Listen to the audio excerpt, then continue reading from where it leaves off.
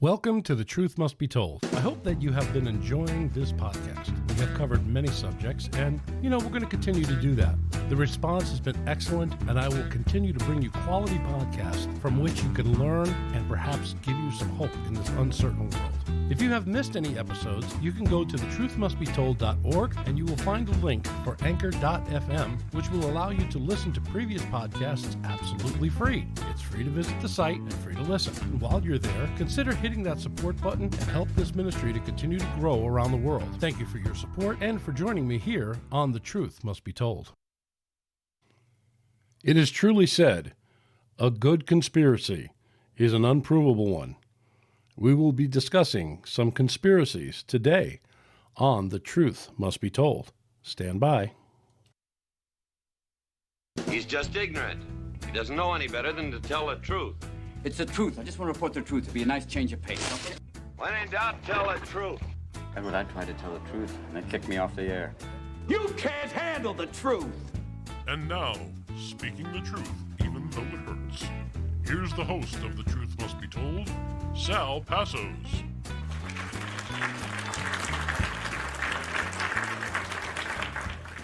Hello, everyone. Hello. Welcome to the podcast. Well, this podcast has just celebrated its 1-year anniversary.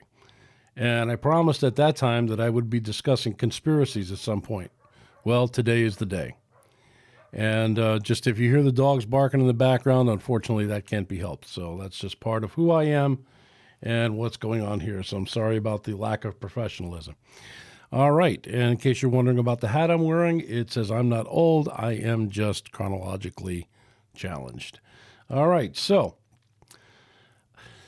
as I said, talking about conspiracies today, and we're going to do is, I entitled this one Conspiracy Theory Introduction, and we are going to take a look at some conspiracies and talk about the definition of conspiracy and things like that, so just bear with me.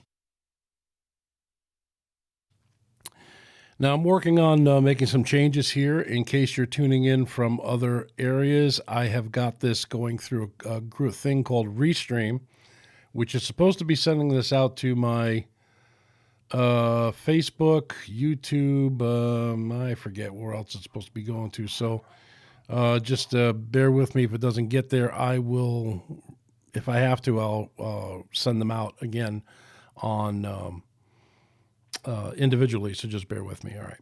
All right. So conspiracies. What triggers a conspiracy theory, eh? Well, I can only speak to my own thoughts as far as for me, all right? What triggers me to start to look at something as to whether it's a conspiracy or not is the inconsistency of a story that is given in response to a particular event. Now, that's what I look at and say, Dave, this might be something might not be so funny going on around here, so I I have to look at that. So the definition, according to the dictionary, Merriam-Webster says a theory, conspiracy is a theory seeking to explain a disputed case or matter as a plot by a secret group or alliance rather than an individual or an isolated act. The other definition could be a hypothesis alleging that the members of a coordinated group are and or were working secretly together to commit illegal or wrongful actions, including attempting to hide the existence of the group and its activities. In notable cases, the hypothesis contradicts the mainstream explanation for historical current events. And the last one is, and this goes to what I'm going to be talking about tonight, hypothetical speculation that is untrue or outlandish. All right. So as I said, when I look at a conspiracy, whatever it is, I can only speak, like I said, it's an inconsistency of a story. If you have an event that takes place and there's conflicting stories that are going around it. All right, I didn't add this. This wasn't in my original list, but I just thought about it now.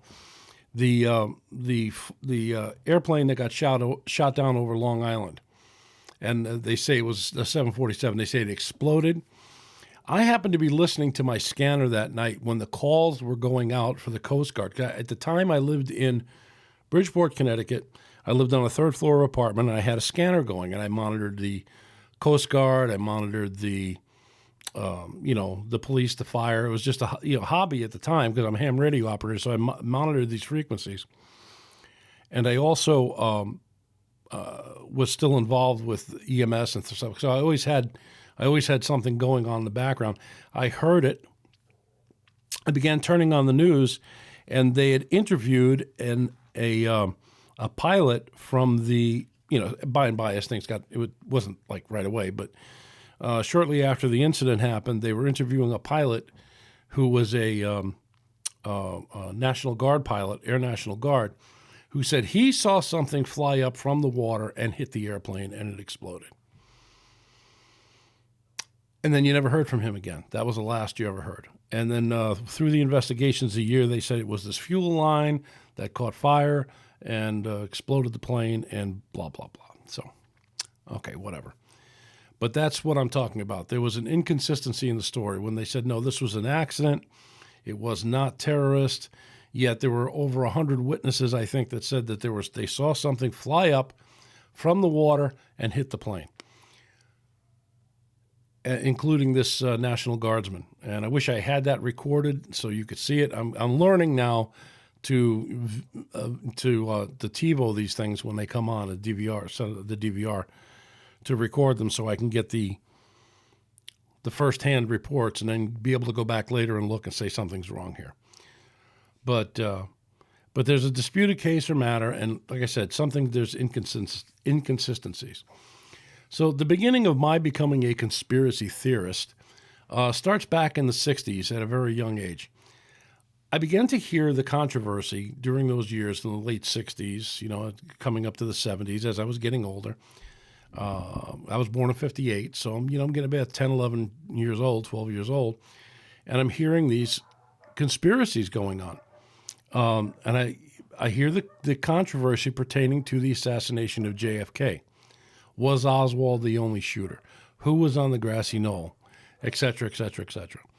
Now, of course, I looked to my dad, who was in the military and probably had some, I thought maybe had some background or what his input was on this. And amazingly, he said he thought that Oswald was one of many shooters on Dealey Plaza that day. That he knows there wasn't just 3 shots that were fired. He knows that he knew it from the what was coming across, and he felt that there's something not right here, but he always felt that Oswald was part of it in some way or another. All right, so smash cut to several years later when I was in college. Now, bear in mind, we didn't have internet then when I was in college, barely had phones. No, I'm only kidding. There was no such thing as cell phones or anything like that. So all research that had to be done was in the library through things called books. Now, for you young people who don't know what books are, books are papers. They're papers of different sizes, and they're bound together with a cover, okay? And they have words inside, and you have to read them. And you have to go and look them up. They had what was called the Dewey Decimal System. And you had to look up on these index cards, by author or by title, and you had to look it up. And then go to that aisle in the library and then, find the book and actually open it up and read it and find what you were looking for.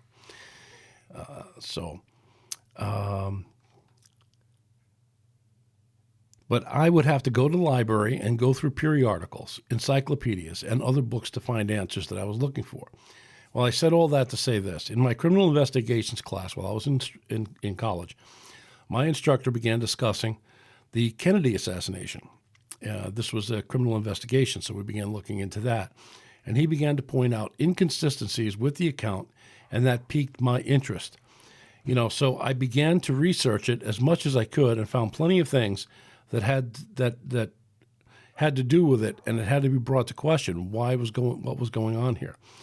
And it took a while to find things out. For example, Kennedy's limousine was taken. It was immediately washed, cleaned, and repaired before any forensic evidence was taken from it. His suit was taken and cleaned. the senator that was in the car with them that day, that, and he got hit, and they took his suit and cleaned it. So there was a lot of forensic evidence that was washed away. And so the wheels of the cover-up begin to turn. There's a lot more involved. And when we get into the individual conspiracies, we'll talk about them one by one, and we'll look at it and see where we're at. All right. All right. So I forgot to set my timer here, so we'll just have to roll. I have to keep looking over to see the time because I want to make sure I don't go over. All right. So, and that was the genesis of my conspiracy thoughts. Now I want you to know that I do not see conspiracies under every bush and behind every wall. That's just not true. As I have said, when something doesn't seem right and you begin to look into it, questions are raised, and if those involved cannot answer those questions, then there is room for doubt. Now, today, it's sometimes easy to see if an event is true or false because so many people have cell phone cameras and record much, but even then you have to be skeptical. All right, even though they show an event taking place, you got to watch how it's edited and how it's presented to you. You have to be very, very careful.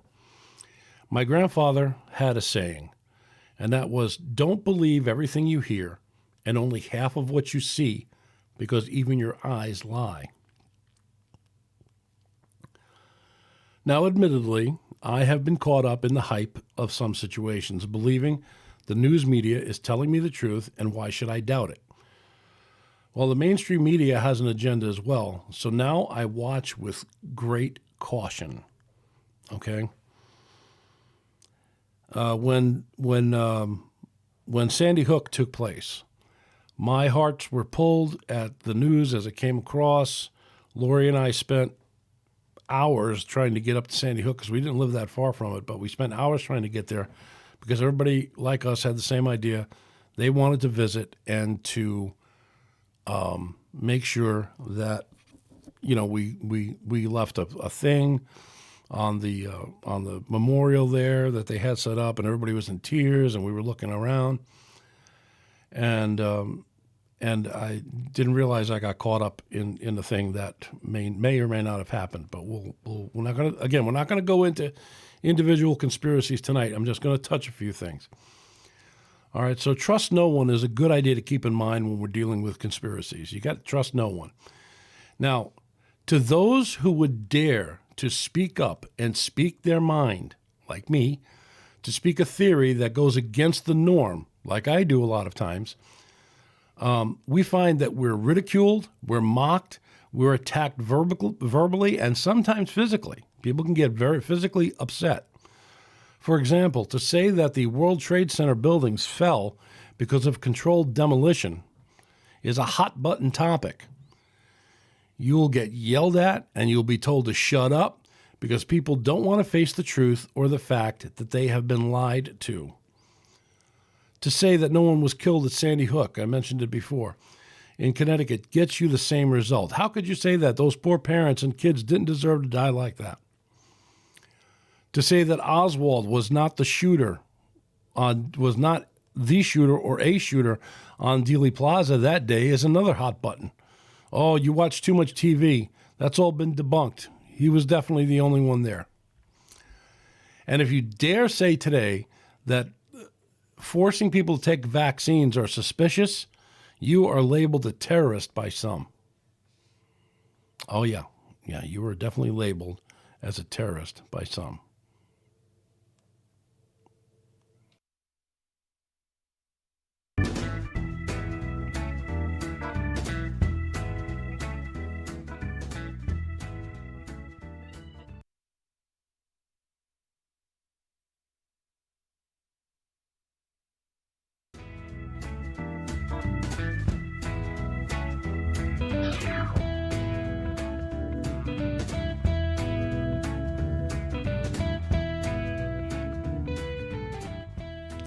All right, welcome back. Sorry, I should have announced a break there, but we decided just to pop right in there. Okay, so I try to keep this down. I'm trying to keep this to a half an hour tonight. We'll see how we do. So a good conspiracy is an unprovable one. If you can prove it, it means they must have screwed up somewhere along the line. I quoted that from Jerry Fletcher from the movie Conspiracy Theory. If you've never seen that movie, it is a great flick. It goes through a lot of different things, and it's a good thing to look at that. It's actually a fun flick, and Patrick Stewart is in it, and Mel Gibson, and I forgot who else is in that. I forgot what's her name. I can see her face, and I can't think of her name. All right, whatever. But there are many thoughts out there. Now, some people are not willing to accept that our government is responsible to some or all of the conspiracies that are out there. And there are a lot of different conspiracies. You've got the UFO conspiracy, which now the government is starting to come around and saying, yeah, we have videos of this and there may be something here. You have the Men in Black. You have the covert ops to overthrow leaders. There are people up under there that we got. That just says it itself. Covert ops to overthrow political leaders in different countries. You have the Illuminati conspiracy. Are they involved in things? And that reminds me, MK12. They're another group that is part of all that. Who's really leading what? Area 51. Trackers on money. That's another thing. Your money that you carry, they say it has that metal strip in it that the government can follow that. It's some kind of a tracker. They could find out where you are. Of course, they don't have to do that too much now because everybody has cell phones and with GPS in it. Even though you have your GPS disabled in your phone, it's a very good possibility that they can track you with it anyway. I wouldn't put it past them. Malaysia Airlines, flight MH370. If you don't remember that, that's the flight that disappeared over the Indian Ocean without a trace, gone. It suddenly changed direction and was gone. A lot of conspiracies about that. A lot of thoughts. Was it UFOs? Was it this? Was it that? There's a lot of different things. So I'm not saying this is all we're going to cover. I'm just saying these are conspiracies that are out there. Black helicopters. People think, these black helicopters that fly quietly and they can't be heard. Yeah, that's a very good possibility too. So we have to, you look into this stuff. Chemtrails. That's a big one. I've gotten to so many arguments with people about chemtrails. Look, those are chemicals that they're spraying out in the air. No, you moron. They're condensation trails. They're called contrails, Contrails, and they're humidity that's popped out from the engine of an airplane. Could there be stuff about chemtrails where they are spraying chemical stuff?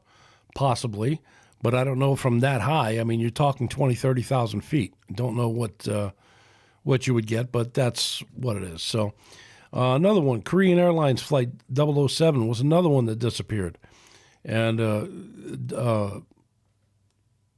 look, a lot of thoughts and conspiracies about that. The death of prominent figures. And that goes back to that special ops group that overthrow government. They can take prominent figures and kill them, and which is what I believe happened with Kennedy, but we'll go into that another time. There are, special op groups that will take somebody out.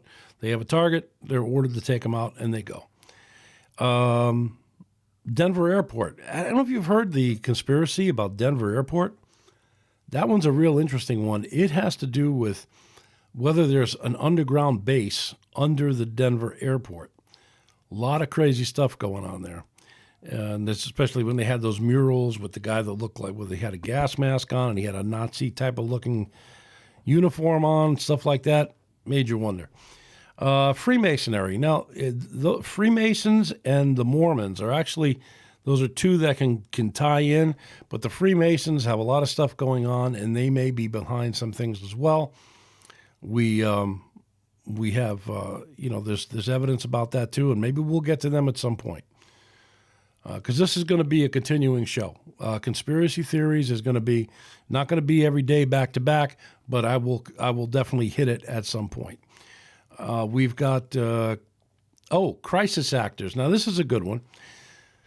A crisis actor are actors that are hired to go in during a crisis and pretend to be a parent, a teacher, you name it. That's what they're there for. And they have men, women, and children that are crisis actors, and they put these people out there, and they use them to further agendas on, especially during times of mass shooting or mass destruction that has taken place. The crisis actors will come out of the closet and they'll put them into work. False flag operations. I mentioned that before with the black ops. There's a lot of false flag operations. A lot of people think that the shooting at Sandy Hook was a false flag operation. We will get into that at a different thing. Jeffrey Epstein, did he really kill himself? I don't think he did. But that's another part of the conspiracy, because if he'd have spoke, if he'd have started singing, there'd be a lot of people that would be going down. And I think that was a way of let's just shut him up. And so there's a whole questioning stuff about that. A lot of conspiracies around the COVID-19 virus. We don't know what's going on with that. There's a lot of controversy. Much. I have just looked at another video today from a Dr. McCullough, I believe he is. And he talks about the inconsistencies with the virus and the numbers that are being put out there. So that's another one. Fluoridation, putting fluoride in your drinking water. That's been a controversy for many, many years, and questioning as to why. Are they trying to chemically control us, chemically give us diseases, or whatever? The vaccination, of course, there's always stuff about the vaccination. Is the vaccination legit? Is it... does it really work, or is it, just a bunch of hooky? Global warming. Now, this is interesting. Global warming, well, they don't want to call it that anymore. They want to call it climate change. But the global warming is an interesting one because they tend to bring up, it was brought up with the Afghanistan people not leaving Afghanistan. Somebody said something in one of the I wish I'd have wrote it down, and I didn't, so forgive me on that. I got to get better quiet because I flew into a rage when I heard it. Well, not a rage, but you know what I mean. The one of the senators, the Democratic senators, were saying, well, we had these people, and they didn't want to leave, and of course, and global warming has a part to play in that. And I'm like, how did he link global warming with people not wanting to leave Afghanistan? Really crazy stuff. Weather and earthquake control. Now, they think that the HARP system out there, I think it's in Alaska or somewhere up that way, that is, they are able to control the weather and control earthquakes. They can make an earthquake anywhere, control the weather in places, and, so they're the, there's another conspiracy theory that's out there that's kind of wild. We have MK Ultra. MK Ultra was, and I believe is still in existence. This is documented that it did exist. The MK Ultra was the government's. It's a mind control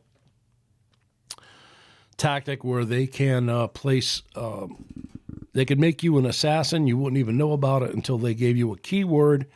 Your handler called with a keyword, and you would immediately go and kill the target you were programmed to kill. And you wouldn't even know why. And I still think that they may not call it MK Ultra anymore, but I do believe that that's still in existence. Then we have the flat Earth conspirators, that they think that the Earth is flat.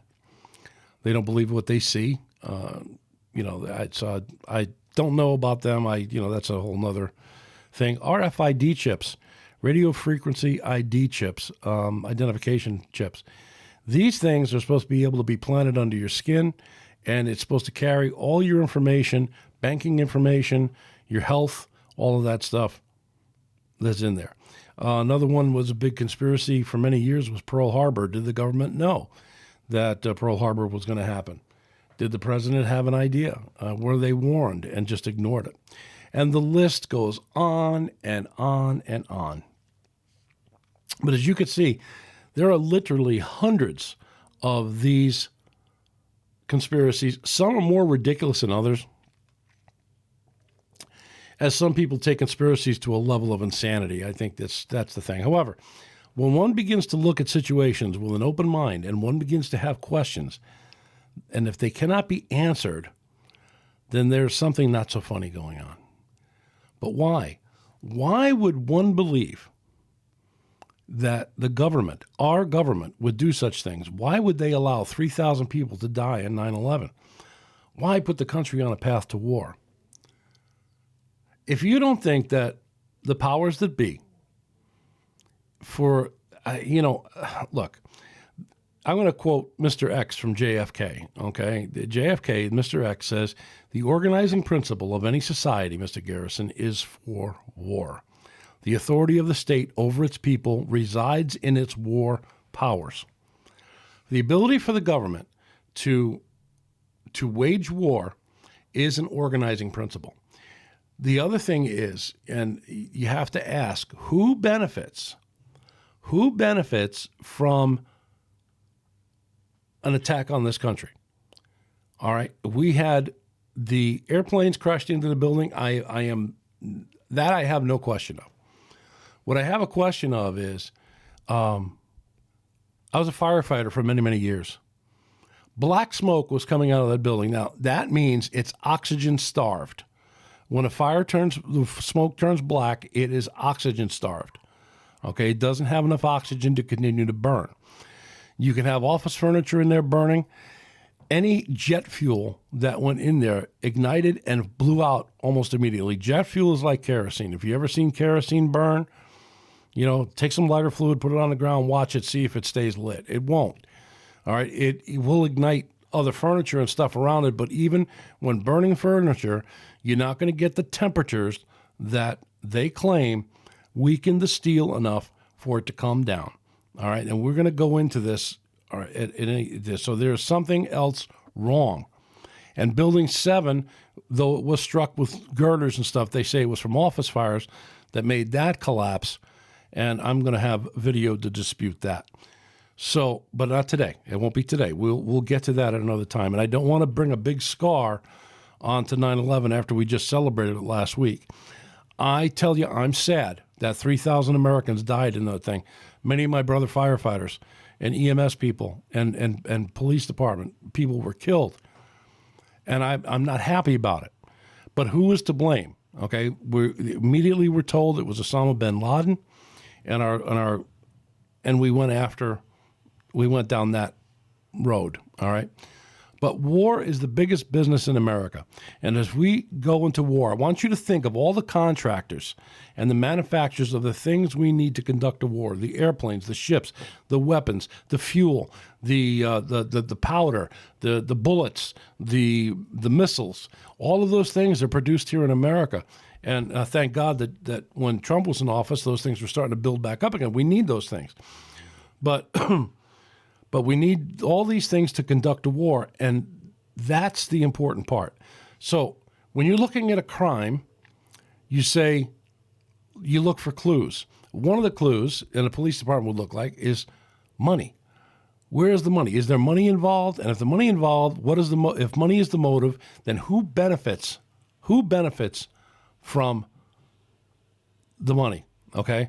It is not the average citizen, but those in power that wield that power for the sake of money. All right, a person may be naive to think that those in power, the ones who wield the real power, would not endanger the lives of the innocent. I propose that as a false belief. And why do I say that? I'm going to give you a quick example. Ford Motor Company knew that their Pinto, okay, you guys remember the Pinto, was explosive. Hit the rear end of it, hit the rear end of it, and it'll blow. Okay, it could rupture into flame. All right, so why did they continue to produce them and not recall them? Because it was cheaper to pay the lawsuits than it was to recall. So they didn't care if people died. They just wanted to make sure that their cars stayed on the road and they were making money. All right. Now, as a Christian, the Bible tells me that all men are evil by nature. So why is it so hard to believe? Why is it so hard to believe that our government are men under the auspices of Satan, not knowing that they would take people's lives for absolutely no reason? So there we go. So we need to be on guard against our enemy. Could the enemy use our leaders? Yes. And we have to pray for our leaders and our nation. But let's not close our eyes to the truths that are out there. All right?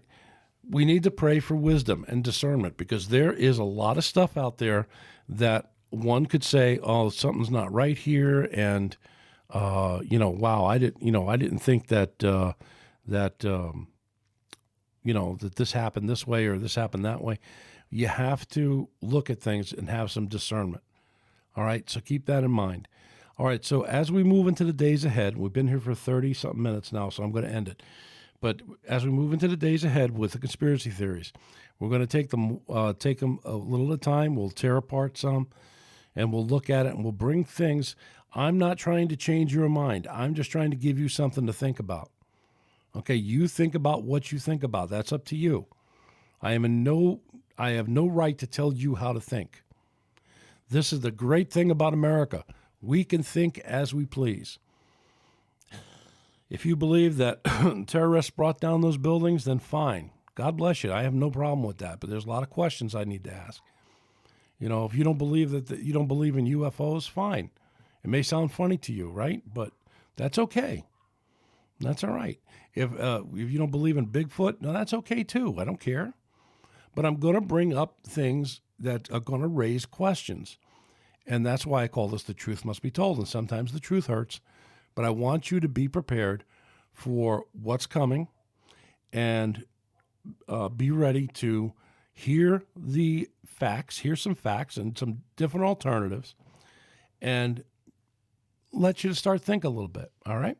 All right, so I'm going to end it here.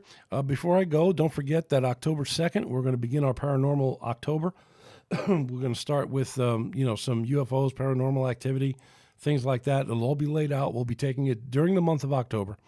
We'll all be laid out there for you, and we're going to be looking at a lot of interesting things. So don't forget to tune in.